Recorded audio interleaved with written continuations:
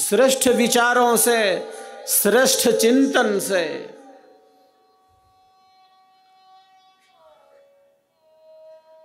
सत्संगति से हमारा जीवन संवरने लगता है, हमारा जीवन निखरने लगता है। और ये जीवन है क्या, इसके अनुभव में ही हम आगे बढ़ चलते हैं, आगे बढ़ चलते हैं। मैं बराबर कहता हूं, हम जीवन कहें या सत्य कहें, हम जीवन कहें या सत्य कहें, दो बात नहीं है। हम जीवन कहें या सत्य कहें, दो बात नहीं है, एक ही बात है। जीवन को ठीक ठीक जान लिया, जीवन को ठीक ठीक जान लिया, जैसा है जीवन वैसा समझ लिया, अनुभव कर लिया। इसका अर्थ है हमें परम ज्ञान हो गया, हमने परम सत्य का अनुभव कर लिया।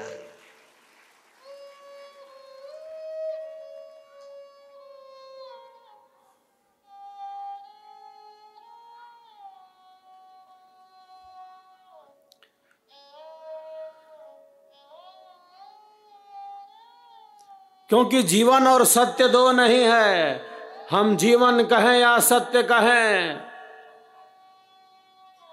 क्योंकि हम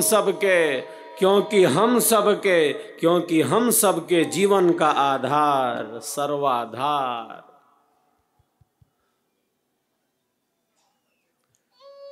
सबके श्वासों का श्वास, सबके प्राणों का प्राण,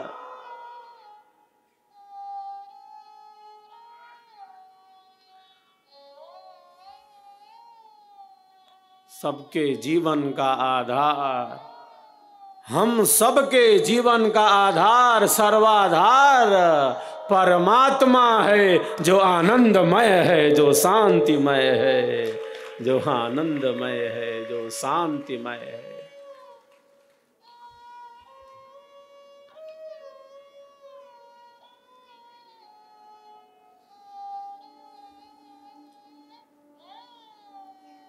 जीवन आनंददायी बने, जीवन आनंददायी बने। सत्संग इसीलिए है, ये ब्रह्म विद्या का ज्ञान इसीलिए है।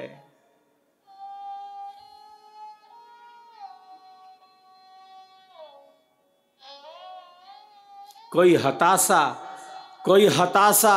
कोई निराशा, जीवन की अनेक घटनाएं, बाहर जो घट रहा है, बाहर जो दिख रहा है, बाहर जो घटित हो रहा है, उसको ही हम सब कुछ समझते हैं। वही परम सत्य है। जो बाहर हो रहा है, जो दृश्य है, उस दृश्य के पीछे अदृश्य का अनुभव कहाँ है?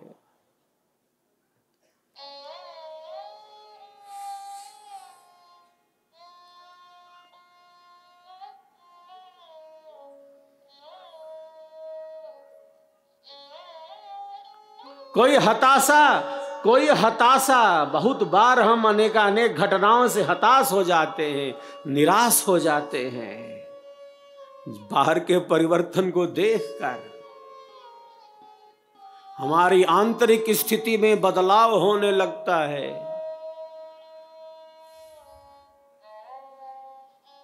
संसार परिवर्तनशील है, कोई वस्तु यहां स्थिर रहने वाली नहीं है। सब कुछ बदलता जा रहा है, हर क्षण, हर पल, प्रतिपल, पल पल बदलता जा रहा है। कोई वस्तु स्थिर रहने वाली नहीं है, यह भी बदल जाएगा।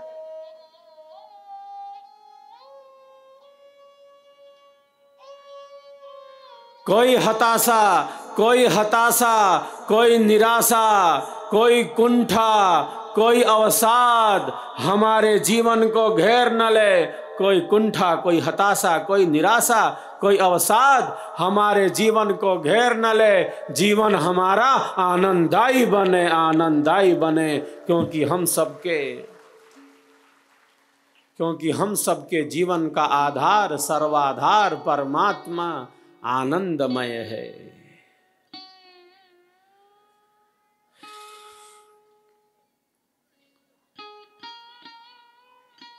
रसो वै सः आनंदो ब्रह्मेति व्यजानात्। तो जो ईश्वरीय ज्ञान है, जो ब्रह्म विद्या का ज्ञान है, जो हमारे कल्याण का साधन है, जो स्वर वेद का स्वर है, जो सद्गुरु की वाणी स्वर वेद के शब्द शब्द में हमारे कल्याण के लिए ही सहज प्रकट है, इसका अधिक से अधिक आश्रय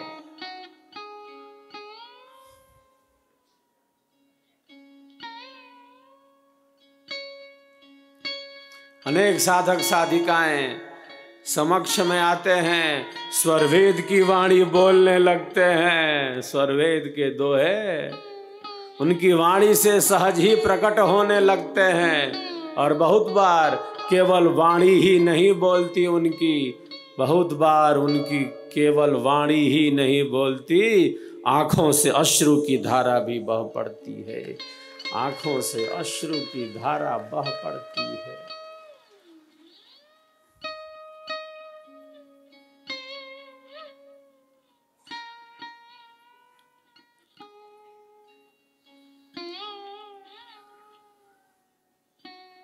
जो हरा पेड़ है, जो हरा पेड़ है, जो हरा पेड़ है, वो जानता है कि सावन की रिमझिम फुहारें क्या होती हैं, वर्षा की बूंदें क्या हैं। जो हरा पेड़ है उसको पता है कि सावन की रिमझिम फुहारें क्या होती हैं, ये वर्षा की बूंदें क्या हैं। जो विहंगम योगी हैं, जो साधक हैं, जो साधिकाएं हैं, जो अध्यात्म के जिज्ञासु हैं, जो अध्यात्म के पिपासु हैं, उनको पता है कि सद्गुरु देव का स्वरवेद क्या है, ये विहंगम योग क्या है।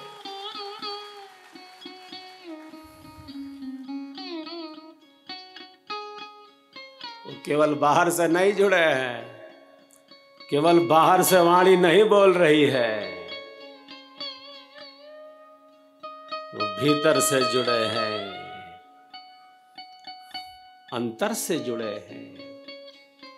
आत्मा को छूता है, आत्मा का स्पर्श करता है सद्गुरुदेव का स्वरवेद। जिस प्रकार वृक्ष के मूल में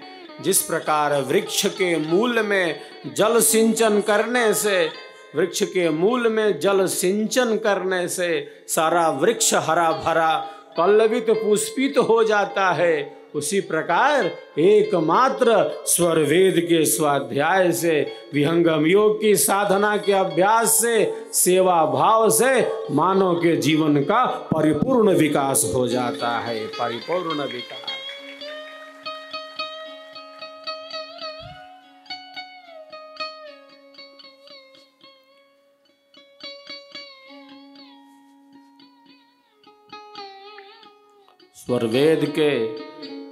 स्वरवेद के आध्यात्मिक ज्ञान के प्रकाश में, स्वरवेद के आध्यात्मिक ज्ञान के प्रकाश में एक साधक और एक साधिका अपने जीवन का आध्यात्मिक विकास करते हैं, आध्यात्मिक उत्थान करते हैं।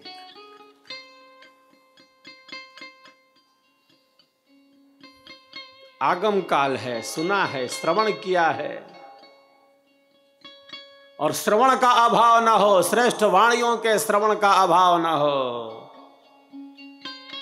सत्संग न होने से,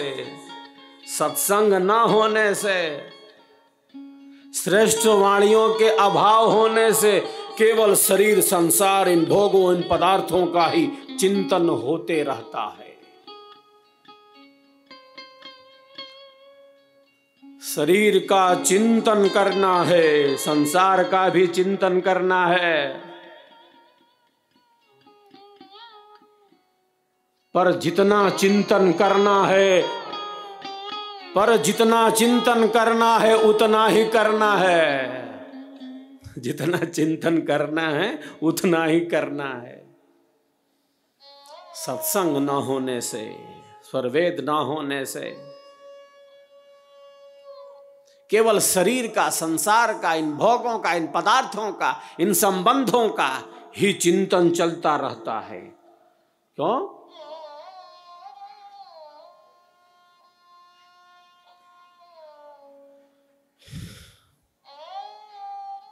क्योंकि सत्संग का अभाव है। शरीर में रहना है, संसार में रहना है, घर में रहना है, परिवार में है, हम रहना है, डूबना नहीं है, इसमें फंस नहीं जाना है।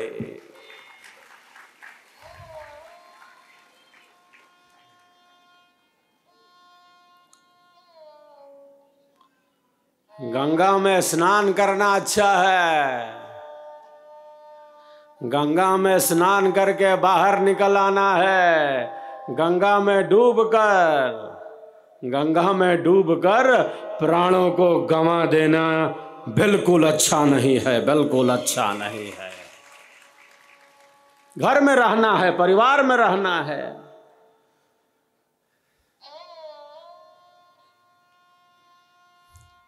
डूबना नहीं, फंसना नहीं, फंस नहीं जाना, डूब नहीं मरना। दुनिया में हो,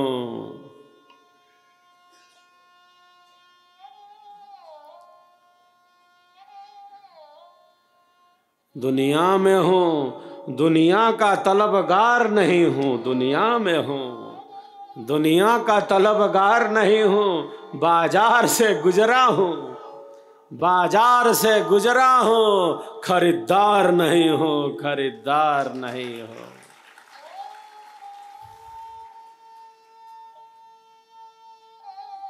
दुनिया में रहना किस तरह, किस प्रकार जीना? सत्संग से, आध्यात्मिक ज्ञान से, जीवन के लक्ष्यों के प्रति हम जागरूक बनते हैं, जीवन के लक्ष्यों के प्रति हम जागरूक बनते हैं।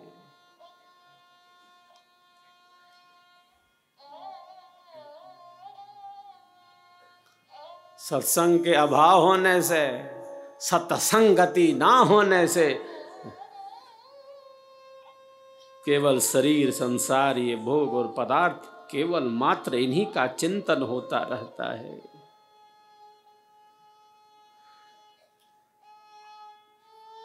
इनका चिंतन उतना ही जितना आवश्यक है।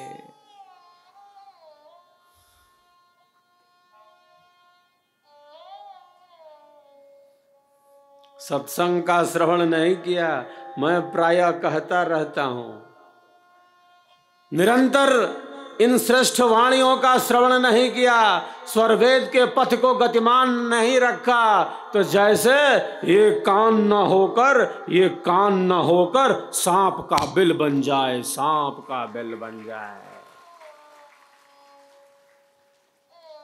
कोई कुछ किधर से आए और इसमें कुछ दे दे, कुछ जहर घोल दे,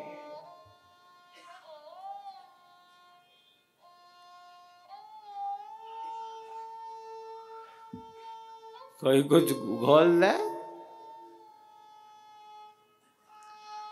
भोजन में विष मिला दिया तो बच सकते हो, बच जाओगे आप। कान में जहर घोल दिया, कान में जहर घोल दिया तो जैसे बचना मुश्किल हो जाए, बिल्कुल बचना मुश्किल। जो सुनना है वही सुनना है, जो देखना है वही देखना है, न तो सुनते हुए भी न सुनना, देखते हुए भी न देखना। जैसे भद्रम कर्णेभिः शृणुयाम देवः, भद्रम पश्येम छभिर्यजत्रः।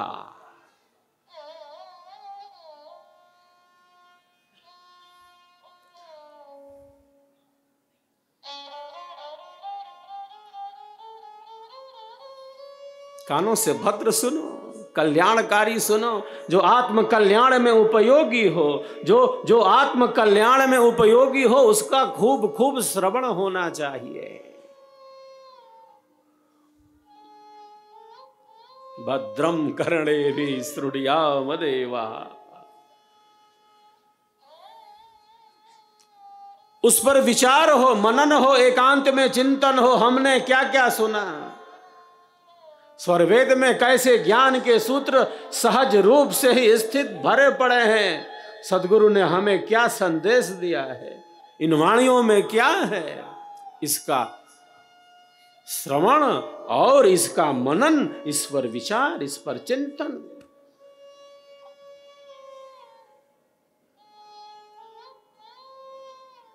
और अनेकानेक साधक इसमें डूबे हैं, अनेकानेक साधिकाएं इसमें डूबी हैं, वो भीतर से जुड़े हैं। कोई दोहा किसी को बहुत प्रिय हो जाता है, उनके अंतःकरण की वैसी स्थिति बन गई है।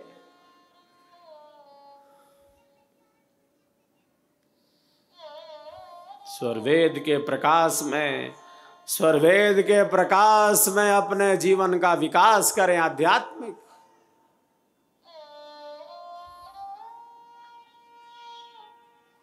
अनादिकाल से आत्मा, अनादिकाल से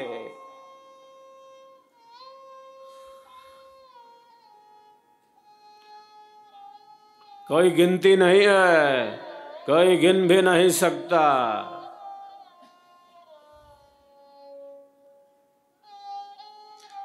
अनंत अनंत जन्म और जीवनों से, अनंत अनंत जन्म और जीवनों से आत्मा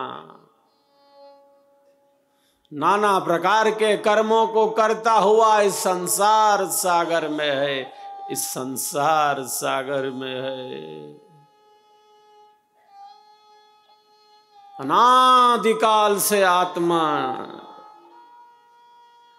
इस शरीर संसार में है।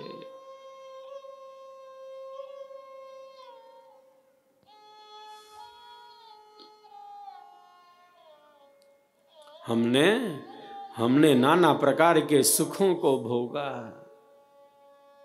हमने नाना प्रकार के सुखों को भोगा है, और दुख भी कितना झेला है, माया का थप्पड़ कितना खाया है। दुखों ने कितना हमें उद्विग्न किया है।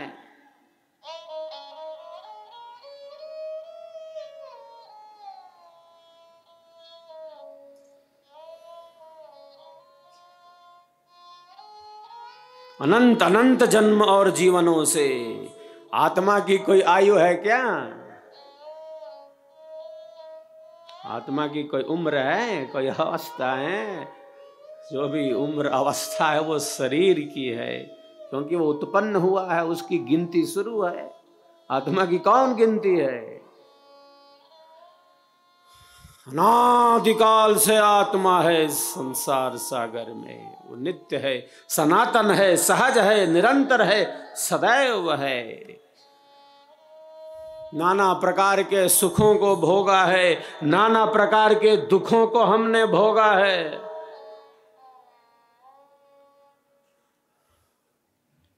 आत्मा की कोई आयु नहीं है। बाहर से लगता है ये छोटा है, ये बड़ा है, ऐसा है, वैसा है, ये परिवर्तन दिखता है, ये बाह्य दृष्टि है।